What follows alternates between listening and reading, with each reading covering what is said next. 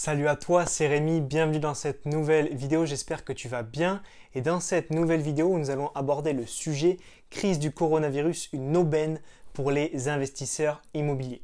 Donc comme tu le sais, nous sommes dans une crise sanitaire sans précédent, mais peut-être que dans cette crise, il n'y a pas que des mauvais côtés, et peut-être qu'il y a même des bons côtés pour la fin de cette crise pour les investisseurs immobiliers que nous sommes, et nous allons voir ça en 3 points dans cette vidéo. Si tu ne fais qu'avoir peur, que tu te renfermes sur toi-même, que tu penses au pire, tu n'avanceras pas. Au contraire, dans cette crise, je pense qu'il va falloir être optimiste et opportuniste lorsqu'une bonne affaire se présentera.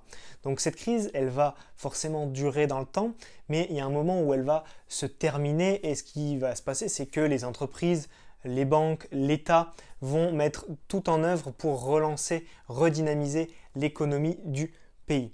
Et surtout les banques. Les banques, c'est vraiment le poumon de l'économie d'un pays. Si les banques vont bien, l'État va bien, l'économie va bien. Donc les banques, elles vont vouloir relancer l'économie et ça, c'est peut-être une bonne nouvelle pour nous qui sommes investisseurs. Et petite précision, c'est également pour ça que les banques centrales et également les ministères de l'économie des différents pays aident les banques parce qu'ils ne veulent pas que les banques fassent faillite. Si les banques font faillite, c'est la catastrophe économique dans le pays. C'est pour ça qu'on injecte beaucoup d'argent, qu'on met des lois et des lois en place pour aider les banques. Donc le premier point qui fait que ça va peut-être être cette crise une aubaine pour les investisseurs immobiliers, c'est que pour relancer l'économie, les banques vont faciliter l'accès au crédit pour les ménages et les entreprises.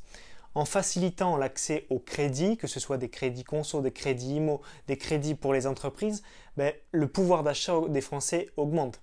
Parce que par exemple, on a des conditions très strictes d'obtention de crédit immobilier par exemple. Mais il y a beaucoup moins de gens qui vont pouvoir acheter. S'il y a beaucoup moins de gens qui achètent, l'économie ne se relance pas. Plus on favorise l'accès au crédit, plus on augmente le pouvoir d'achat des ménages et plus on relance l'économie. Donc l'accès au crédit immobilier, elle va être facilitée. Le ministère de l'économie a donné pour ordre, pour devoir aux banques de favoriser l'accès au crédit pour les ménages. Donc ça va être pour les résidences principales, pour les investissements locatifs. Et ça, c'est vraiment une aubaine pour nous, investisseurs immobiliers, parce que ça veut dire que quand la crise, elle sera finie, parce qu'elle va bien finir un jour, tu pourras sortir de chez toi, tu pourras aller faire des visites, des offres, et tu pourras souscrire à des crédits immobiliers plus facilement. Car tu auras beaucoup moins d'exigences de la part de la banque. Donc les banques, elles font ça pour relancer l'immobilier, et l'immobilier, c'est un secteur qui fait vivre beaucoup de métiers. Donc si l'immobilier va bien, ça va relancer l'économie nationale. Deuxième point, les taux de crédit immobilier vont rester très bas pour les 2 à 3 prochaines années. Encore une fois, c'est une directive des banques centrales, c'est une directive des ministères de l'économie pour favoriser l'accès toujours au crédit. Plus les taux sont bas, plus les ménages auront accès au crédit et donc plus cela va relancer l'économie de notre pays après cette crise sans précédent. C'est vraiment une chance que l'on a d'avoir des crédits si bas, que ce soit sur les années 2016, 17, 18, 19 et ça va même continuer après cette crise, donc en 2020, 2021, 2022. Il faut vraiment prendre conscience qu'il faut en profiter un maximum. Si tu n'as pas encore investi dans l'immobilier, fais-le rapidement après cette crise. C'est une valeur refuge pour ta retraite. Les taux de crédit sont bas.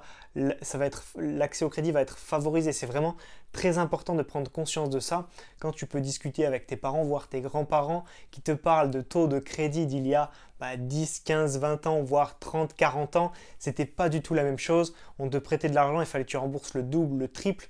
Aujourd'hui, on te prête de l'argent quasiment gratuitement. Et la troisième aubaine pour les investisseurs immobiliers, c'est la potentielle baisse du marché de l'immobilier. Donc je ne pense pas que le marché de l'immobilier va perdre 50% de sa valeur en 2 mois.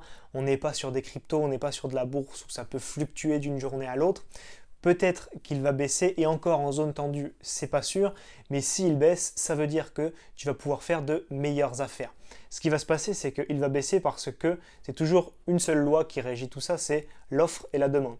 Si l'offre augmente par rapport à la demande, enfin que la demande diminue en tout cas, forcément les prix vont être tirés vers le bas et les personnes qui vont sortir de tout ce système d'investissement immobilier, ça va être des investisseurs lambda, des investisseurs qui sont pas rentables, qui veulent acheter un petit bien immobilier comme ça pour dans leur vie, qui veulent se sécuriser pour la retraite, faire une location nue, un petit studio pour étudiants, basta.